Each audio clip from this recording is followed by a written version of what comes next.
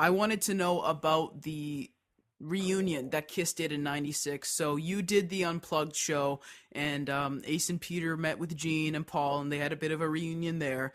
And then Kiss decided to do the reunion. So when they did that, and you looking kind of from the outside at this point as not a member of the band anymore, did you see a farewell tour in their future when they did that?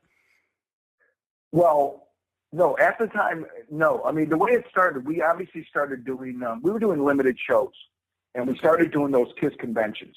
And the first ones we ever did were in Australia. Actually, Perth, Australia was the very first one. And, you know, we realized, hey, this is kind of a cool thing. In Australia, we did them before we played concerts. I should say also with concerts. We weren't doing just a convention tour. We were doing a KISS convention, but we were also playing shows. And then they decided, hey, we're going to go and do this, you know, around the country, and we're going to make a little KISS museum. We're going to basically do what the KISS fans had been doing on their own, doing KISS fan expos, but we're going to do it. And we're going to do it unplugged because obviously the MTV Unplugged format had become very popular. And so we just kind of, you know, that's what, like all things, everybody influences each other, or whatever is going on at a certain time, people tend to kind of all do it. Yeah. And it was a cool thing. I mean, that MTV Unplugged series was a great thing, I think. There was a lot of cool music and performances that came out of that. So anyways, we started doing it.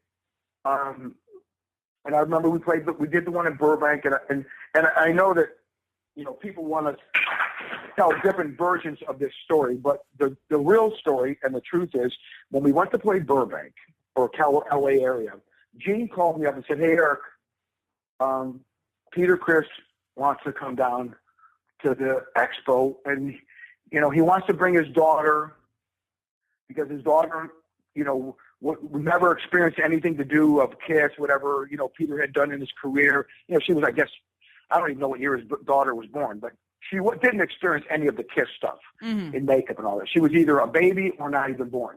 So at this point, we're talking 1995, he wanted to be able to come and show his daughter, like, hey, you know, this is part of what I did. This is your dad's background.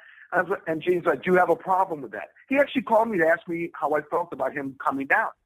And I said, no, I don't care. I go, why don't you have him come up and play or sing?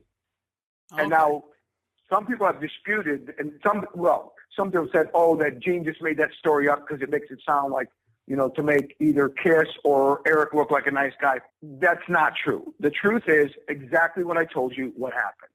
That's how it went down. Gene called me up just respectfully to make sure I didn't feel uncomfortable, and I'm the one that suggested, why don't you have Peter come up and play?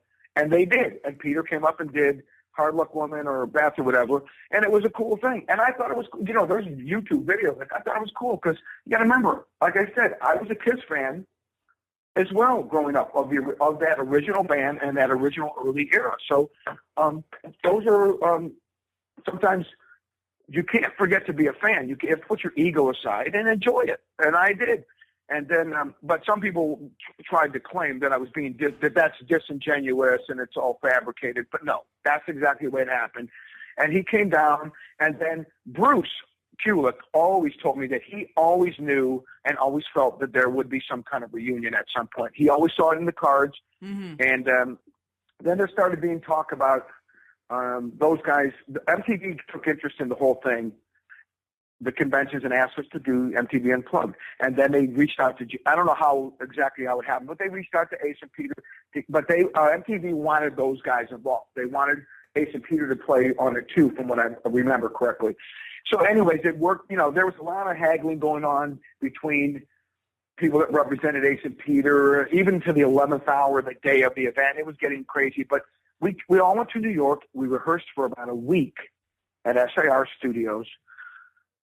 And, you know, to kind of, you know, fine-tune everything, and also to get Ace and Peter into the Unplugged format and mode, because we had been doing this all summer. So we were well-versed in it. By this point, we were used to playing acoustic and playing at that level and that dynamic, which is very different than playing electric. So Ace and Peter hadn't been doing this, so they had to kind of come in and kind of figure out, like, what it is like to play KISS songs on acoustic guitars in this different format.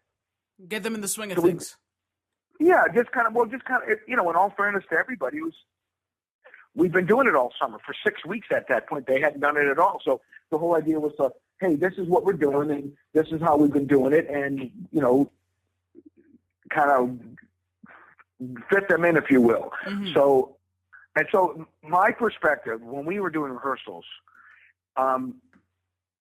just, and, you know, I don't say this to be negative about anybody, but my opinion, because there was already rumors swirling and all stuff, and I thought, to me, based on the rehearsals and what I'd seen and heard, I said, there's no way they could do a reunion. And I don't mean that to be disrespectful, but I'm just telling you, I thought there's no way they could do a reunion. And Bruce kept saying, oh, yeah, they can. And when they announced that they were going to do a reunion, I have to admit, I was shocked. I was shocked that they would do it because I didn't think, based on what we had just experienced, and that was in August of that year of 95. We went into the studio and started working on Carnival of Souls after that. So we were in the middle of doing a record, and then in January of 96, the record was done. We were just mixed. We were in the final mixing stages. That's when Gene and Paul had a meeting with Bruce and I and said, you know, we're going to do a reunion tour with Ace and Peter. We don't know how it's going to go or how long it's going to last, but this is what we're doing. And we want, you know, and they basically sat us down and told us face to face, like a meeting with just the four of us. So I was obviously not very happy because I think more of it, one, I was just, you know, look, at everybody's going to be disappointed if you lose your gig. But I was surprised because I didn't, based on what I had experienced that previous summer, I was like, really? It just seemed like I was surprised that they were going to attempt it. Okay. So, and the funny part is that you were the one who talked to Gene and said, no, it's okay for Peter to come down. And maybe but I know, but let's be clear, that's not what made the reunion tour happen. Some people like trying to think like, oh, do you ever regret that you suggested? It's like, no, because that was how I felt at the time, and it was genuine, and I thought it would be a cool experience for everybody, mainly the fans, which it was. In no way, let me tell you, I know Gene and Paul, and I know Ace and Peter. I know Gene and Paul very well, obviously, for 25 years. Believe me, they were probably already in discussions and talking about this stuff, even as we were doing that. That was, I think, a way to see how things would go, or at least a way to kind of like break ground, if you will. Okay. And you know, I don't know if I was being naive or just didn't want to admit that I thought it could happen. I don't know what, but I just know that I didn't think it could happen. Bruce told me that he always thought that they would at some point, even before any of this stuff manifested itself. He always felt that at one point they'll probably put the makeup on and do something with the original band again. He told me he felt that back when Eric Carr was in the band, and even said that. Anyways, you know, I find it interesting because I've heard some people say like that, oh, after Kiss did MTV Unplugged, they had a record in the can and they had to shelve it because they had to go. There was so much demand for a reunion tour. That's not true. We weren't even in the studio yet. We went into the studio after MTV Unplugged, which was in August of 95. We went into the studio after that and started doing the record. We had been doing demos for the previous like year and a half. I mean, on and off, I'd go with Gene or Bruce to a studio and do demos, sometimes to Paul's house. He had a little home studio at the time. Because I remember Keith LaRue coming in from somewhere, and I remember we played him let him hear some of the tracks, and I think, I don't know who told him, but I think somebody told him, oh yeah, these guys are doing a reunion, and we told him, even though we were still there mixing the record and finishing up the mix, because the bottom line is the band had to still deliver a final, you know, the completed record because they were paid for it. If a label gives you money for a product, you still have to deliver the product. So they didn't know what they were going to do with it at the time, and it did get shelved, but it didn't get shelved because of MTV Unplugged. It got shelved because they did decide to do a reunion tour and announced it. But we recorded it after MTV Unplugged. It was recorded in the fall of 95, going into January of 96, and they told us in January of 96 that they were going to do a reunion tour. And basically, just for the record, Bruce and I were still on a retainer from the band the whole year of 96. because Gene and Paul didn't know what was going to happen. They didn't know if it was going to be successful or not. They didn't know the dynamic between the four original guys, if it was going to work out or not.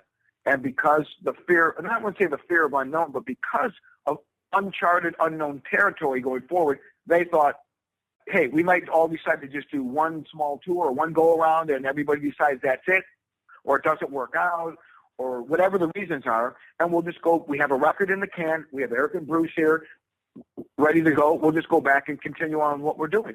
So that was an option that was always there on the back burner if they chose to do that. But obviously the tour was a huge success. It blew up.